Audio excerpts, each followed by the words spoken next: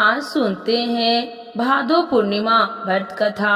तो एक बार बोलिए प्रेम से विष्णु भगवान की जय, लक्ष्मी माता की जय। एकादशी की भांति ही पूरे वर्ष में 12 पूर्णिमा व्रत आते हैं।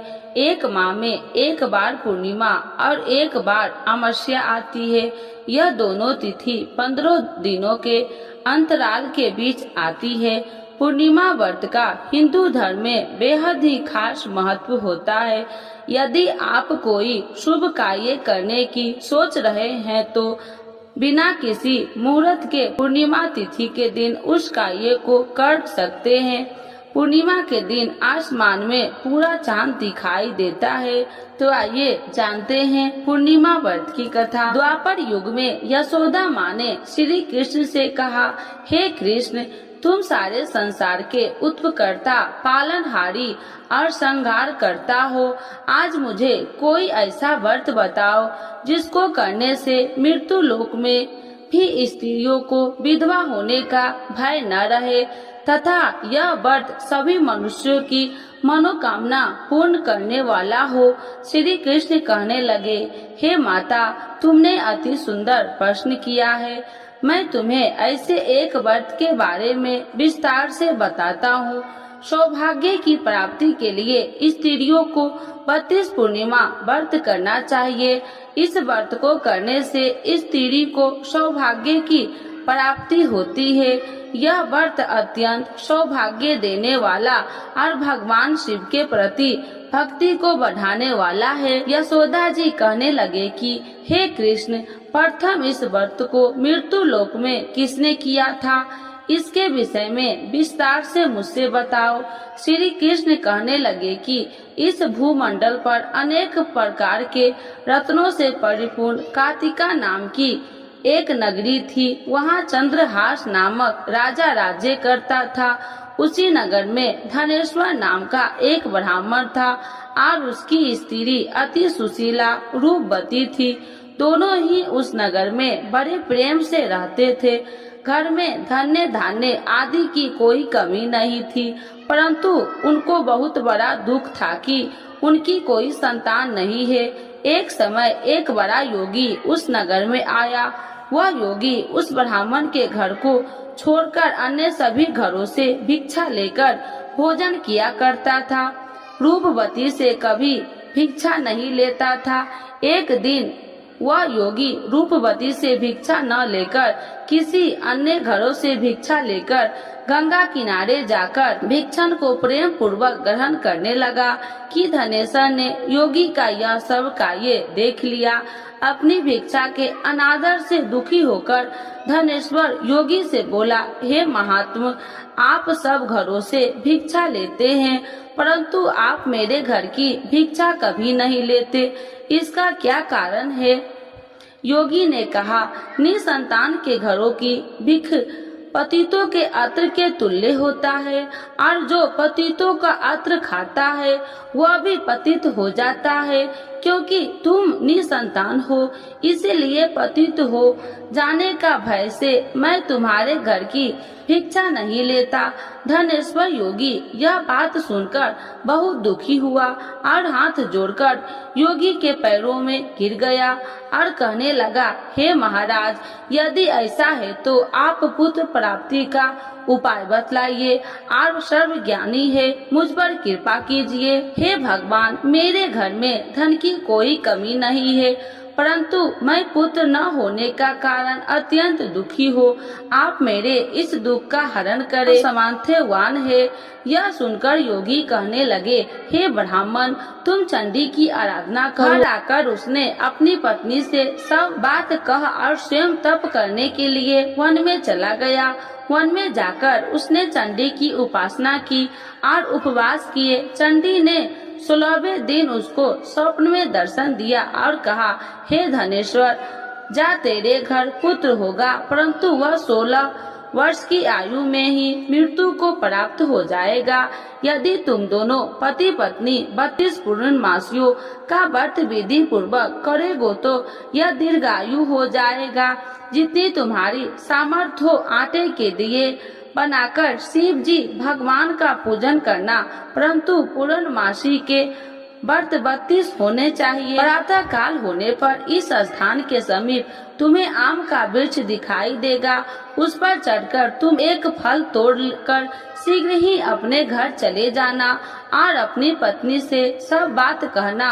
ऋतु स्नान के पश्चात वह स्वच्छ होकर श्री शंकर भगवान का ध्यान करके उस फल को खा लेगी। शंकर भगवान की कृपा से उसको गर्भ हो जाएगा। जब वह ब्राह्मण प्रातः काल उठा तो उसने एक स्थान के पास ही आम का वृक्ष देखा, जिस पर एक अत्यंत सुंदर आम का फल लगा हुआ था।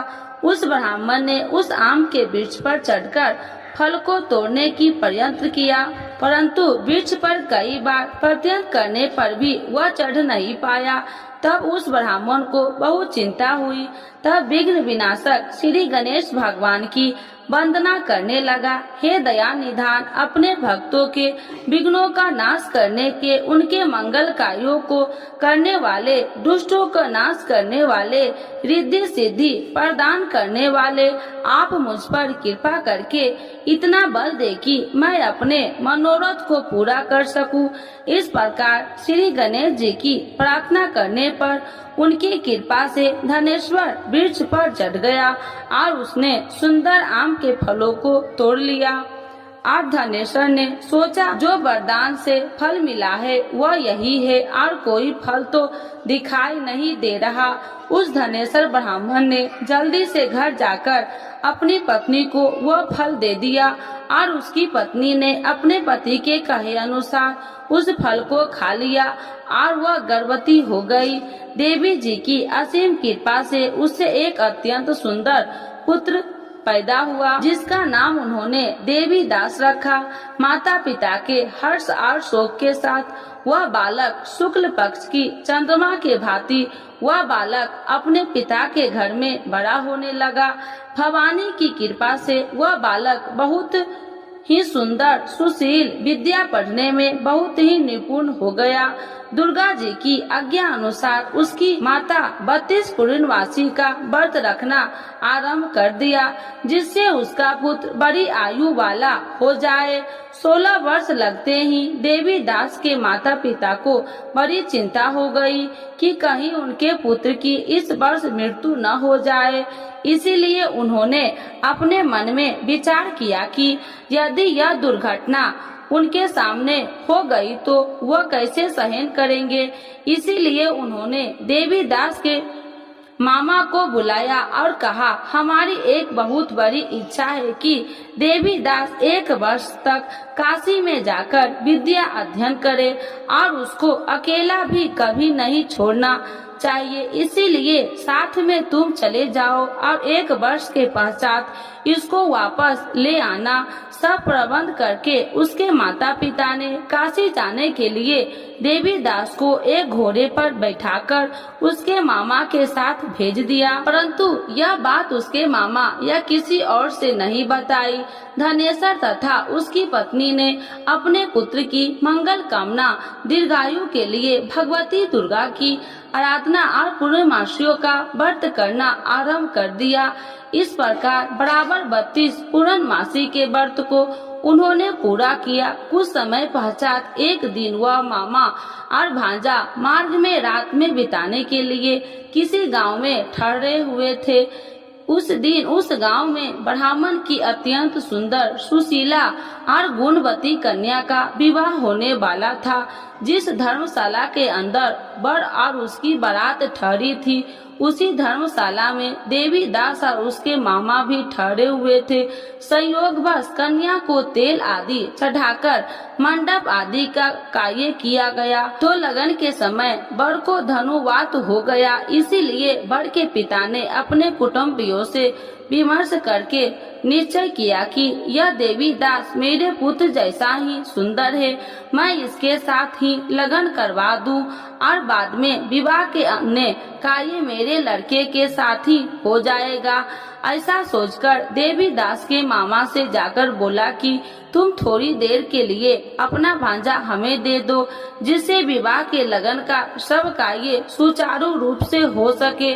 तब देवी दास का मामा कहने लगा, जो कुछ भी वधु पक्ष की कन्या दान के समय वर को मिले वह सब हमें दे दिया जाए, तो मेरा भांजा इस बारात में दूल्हा बन जाएगा। यह बात वर के पिता ने स्वीकार कर लेने पर उसने अपना भांजा वर बनने के लिए भेज दिया और उसके साथ सब विवाह कार्य विधि पूर्वक संपन्न हो गए। पत्नी के साथ वह भोजन करने लगा तो अपने मन में सोचने लगा कि न जाने यह किसकी स्त्री होगी। वह एकांत में यही सोच सोचकर अपने कर्म श्वास छोड़ने लगा और उसकी आंखों से आंसू भी आ गए। तब लड़की ने पूछा, क्या बात है, आप इतने उदासीन व दुखी क्यों हो रहे हैं? तब उसने सब बात जेवर के पिता और उसके मामा के हुई थी लड़की को बता दी। तब कन्या कहने लगा कि यह ब्राह्मण विवाह के विपरीत कैसे हो सकता है? देव ब्राह्मण और अग्नि के सामने मैंने आपको ही अपना पति माना है, इसीलिए आप ही मेरे पति हैं। मैं आपकी ही पत्नी रहूंगी, अन्य किसी की कदापि नहीं। देवी दास ने कहा, ऐसा मत करिए, क्योंकि मेरी आयु बहुत कम है। मेरे पश्चात आपकी क्या गति होगी? इन बातों को अच्छी तरह विचार कर लो। परंतु वह दृढ़ विचार वाली कन्या थी। वह बोली, जो आपकी गति होगी वह मेरी गति होगी। स्वामी, आप उठिए और भोजन कीजिए, आप निश्चय ही भूखे होंगे। तब देवी दास और उसकी पत्नी ने भोजन किया तथा शेष रात्रि वह सोते रहे। प्रातः काल देवी दास ने अपनी पत्नी को 3 नागों से जड़ी हुई एक अंगूठी दे दी, एक रुमाल दिया और बोला, हे प्रिय, इसे लो और संकेत समझकर स्थिर चित हो जाओ। मेरा मरण और जीवन जानने के लिए एक पुष्ट वाटिका बना लो, उसमें सुगंधित वाली एक नववालिका लगाओ, उसको प्रतिदिन जल से सींचा करो और आनंद के साथ खेलो कूदो और उत्सव मनाओ। जिस दिन मेरा मृत्यु होगा यह फूल सूख जाएगा और जब वह फिर से हरे हो जाएंगे तो समझ लेना मैं जीवित हूँ। यह बात निश्चय करके समझ लेना, उसने कोई भी संशय नहीं है। इतना कहकर देवी दास वहाँ से चला गया। प्रातः काल होते ही वहाँ पर गाजे बाजे बजने लगा और जिस समय विवाह कार्य समाप्त करने के लिए वर तथा सब बाराती मंडप में आए तो कन्या ने वर को भली प्रकार से देखकर अपने पिता से कहा, यह मेरा पति नहीं है, मेरा पति वही है जिसके साथ रात्रि में मेरा पानी ग्रहण हुआ था। इसके साथ मेरा विवाह नहीं हुआ। यदि वह वही पुरुष है तो बताइए कि मैंने इसको क्या दी? वधु पक्ष और कन्या पक्ष कन्या दान के समय जो आभूषण आदि दिए गए थे वो दिखाइए, तथा रात में क्या गुप्त बातें मैंने इनसे कही वह सब सुनाइए। पिता ने उसके कहे अनुसार वर को बुलाया। कन्या की यह सब बातें सुनकर वह कहने लगे, मैं कुछ भी नहीं जानता। इसके पश्चात लज्जित होकर वह अपना सा मुंह बनाकर चला गया और सारी बात भी अपमानित होकर वहां से लौट गई। भगवान श्री कृष्ण बोले, हे माता, इस प्रकार देवी दास काशी विद्या अध्ययन के लिए चला गया। जब वह कुछ समय बीत गया तो काल से प्रेरित होकर एक सर्प रात्रि के समय उसको डसने के लिए वहां पर आया। उस विस्तार के प्रभाव से उसके शयन का स्थान चारों ओर से विष की ज्वाला से विषैले हो गया, परंतु व्रत के प्रभाव से उसको काट नहीं पाया, क्योंकि पहले ही उसकी माता ने 32 पूर्णमासी का व्रत रखा था। इसके बाद मध्याह्न के समय स्वयं काल वहाँ आया और उसके शरीर से प्राण को निकालने का प्रयत्न करने लगा, जिससे वह मूर्छित होकर पृथ्वी पर गिर गया। उसी समय माता पार्वती के साथ भगवान शंकर वहाँ आ गए। उसको मूर्छित दशा में देखकर माता पार्वती जी ने शंकर जी से प्रार्थना की, हे महाराज, इस बालक की माता ने पहले ही 32 पूर्णिमा का व्रत पूरा किया था, जिसके प्रभाव से आप इसको प्राण दान दे। भवानी के कहने पर भक्त वत्सल भगवान शिव जी ने उसको प्राण दान दे दिया। इस व्रत के प्रभाव से काल को भी पीछे हटना पड़ा और देवी दास स्वयं होकर बैठ गया। उधर उसकी पत्नी उसके काल की परीक्षा किया करती थी। जब उसने देखा वो पुष्प वाटिका में पुष्प कुछ भी नहीं है तो उसको अत्यंत आश्चर्य हुआ, लेकिन जब वह जैसे ही हरी भरी हो गई तो वह जान गई कि सब उसका पति ठीक ठाक है, वह जीवित हो गया है। यह देखकर वह बहुत प्रसन्न हो उठी। अपने पिता से कहने लगे कि पिताजी, मेरा पति जीवित है, आप उनको ढूंढिए। जब 16 वर्ष व्यतीत हो गया तो देवी दास भी अपने मामा के साथ काशी से चल दिया। इधर उसके ससुराल उसको ढूंढने के लिए अपने घर से जाने वाले ही थे कि वहाँ दोनों मामा और भांजा वहाँ पर आ गए। उनका आया हुआ देखकर उनके ससुर को बहुत प्रसन्नता हुई। उन्हें अपने घर ले गए। उस समय नगर के निवासी भी वहाँ इकट्ठे हो गए। निश्चय किया कि अभ्यास ही इसी बालक के साथ कन्या का विवाह हुआ था। उस बालक को कन्या ने जब देखा तो पहचान लिया कि यह तो वही है जो संकेत करके गया था। तब उपरांत सब कहने लगे कि भला हुआ यह आ गया है और सब नगरवासी ने आनंद मनाया।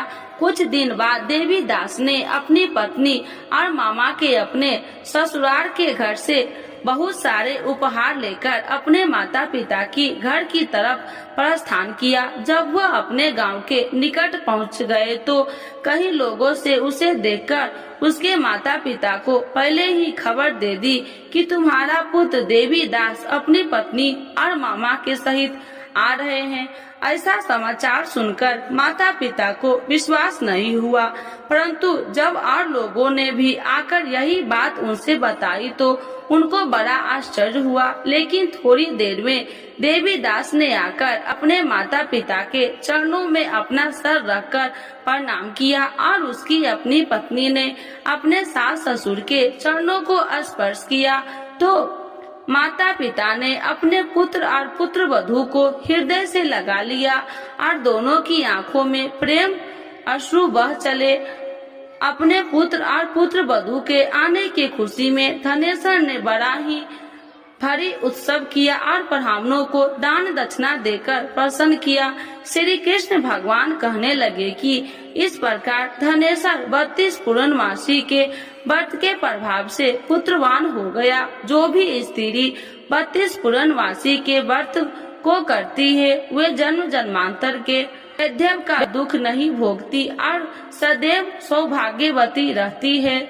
तो एक बार बोलिए प्रेम से विष्णु भगवान की जय, लक्ष्मी माता की जय। पूर्णिमा व्रत के लाभ। किसी भी उपासक द्वारा पूर्णिमा व्रत करने से भगवान श्री विष्णु प्रसन्न होते हैं।